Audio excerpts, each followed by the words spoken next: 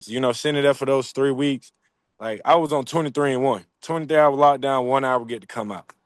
You feel me? Yeah, it's like they treated me like shit. You know what I'm saying?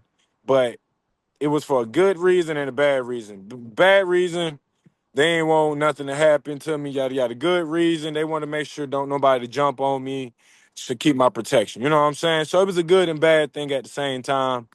But it made me get close to my Qurans that I read, bro. You know what I'm saying? Kind of just like a nigga just look over people now. You know what I mean? Like look over dumb things. Like yeah, this is one of the aspects that I really gotta like finish and look over. You know what I'm saying? Because people are like, oh my gosh, here's the woman beater, or he's breaking in people's houses. Nah, never that, bro. Like I tell people around me, when was out trying to do positive and put positive out, nobody was marching behind the nigga at all. Period. At all. Marching behind me at all. As soon as I get into some stuff, everybody come out the woodwork. You know what I mean? And I've been a firm believer of this. Like, people say you post your city supposed to carry your back. You know what I mean? Like, I'm a true believer about it. Roy's from my city, Pensacola. Everybody's still behind Roy. I'm still like that wolf that's in the forest trying to figure out if who's my pack or who's gonna be around or what is this going to pertain to? Like my gym wise, people around me because, I had supporters from my city rooting for me.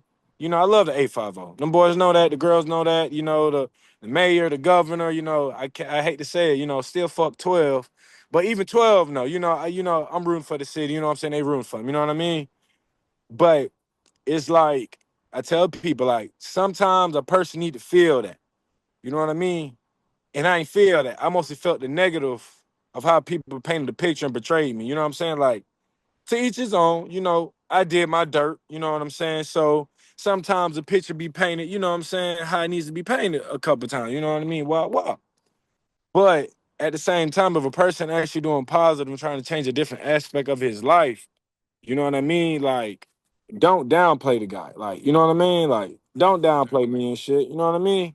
Like, I work hard. I ain't trying to be funny. Like, I work hard and a lot of people don't know, bro. I ain't never think I was gonna be in the UFC. Like, I ain't never think I was gonna be still in the UFC, fighting people. Everybody thought I was gonna be out that bitch within 3 fights. You feel me? Oh, he's still newbie. Yes, I'm still new. Like, y'all gotta remember something, bro. I only been fighting. This what, my second year in the UFC? And this is like me being like 5 years being a pro. Like, bro, like I tell people, man, I'm working my ass off at the highest stage. And I'm gonna, give grace to Allah for that. And the work after that, I'll try to put in more. But like a lot of people say, like, bro, if you come to these bigger gyms, you know what I'm saying? Because I talked to like a few people, about transferring to gyms, like fighting nerds, and I talked to Kill Cliff, you know what I mean? And then, I talked to my boy from Fusion, I talked to my boy Julius and Phil Rowe from Fusion. And they were saying, bro, it don't matter where you go, it's about how much you put in. And I was like, you're right. But, it is such thing that you need those type of fighters around you, bro. And like, I had it, but then I didn't stay focused. You know what I mean? Yeah. We had things going on, it seems, too, that kind of pulled you away. Yeah, man, you facts, but at the end of the day, I had to remember like this is my job. You know what I'm Right. saying? This how Right. I eat, this how I make my money on. This how I paint the image that a person don't want anymore. Like, yeah, I'm a fighter, you know what I'm saying?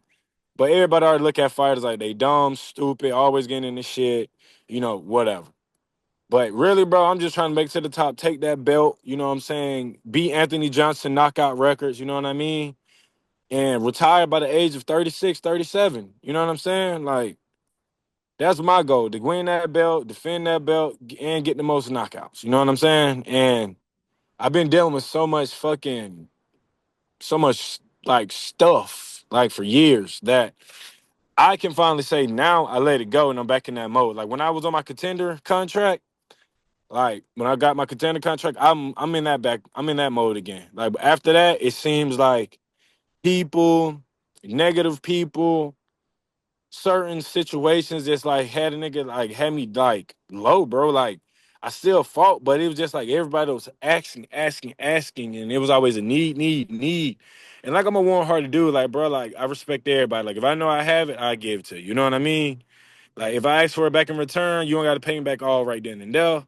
But man, I had so many people run off on me with money, bro, and like say they're gonna do this and do that to the point like I had to realize like, man, these are the people I call friends and shit, and like they just upped and disappeared on me when I gave them a little bit of change. So like, not only that, bro, it's just like I told people, man, just dealing with like not having a place, sleeping on somebody else's couch, being at other people's houses, like getting in hotel rooms when like you and a spouse or a family member fight and shit, and you gotta leave and shit. You know what I mean? Like I tried to focus, I tried to stay hard, shout out to Michael for getting that dub, you know what I mean? But like that wasn't me. Like I haven't been me for the past like one, two, three Since that fights. fight in Abu Dhabi or something, or maybe. Yeah, Yeah. yeah, I haven't been the same. Like even before then, I want to say when I lost to Rosa Bar, like in New Jersey, like I knew something wasn't clicking how it used to be, man. You know what I'm saying? And like it bothered me, but like I knew what it was, man. I knew it was the people. I knew it was this. You know what I mean? And I just try to roll it off my shoulders and just go with the flow. But some things, bro, you just can't roll off your shoulder. Some things you just gotta let go and just say fuck it. You know what I mean?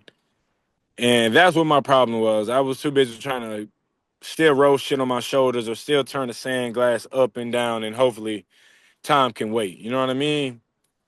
And like it costed me, you know what I'm saying? Because all three of my losses, bro, is because, and this is me saying it, because of me, because of the shit I had to deal with. You know what I mean?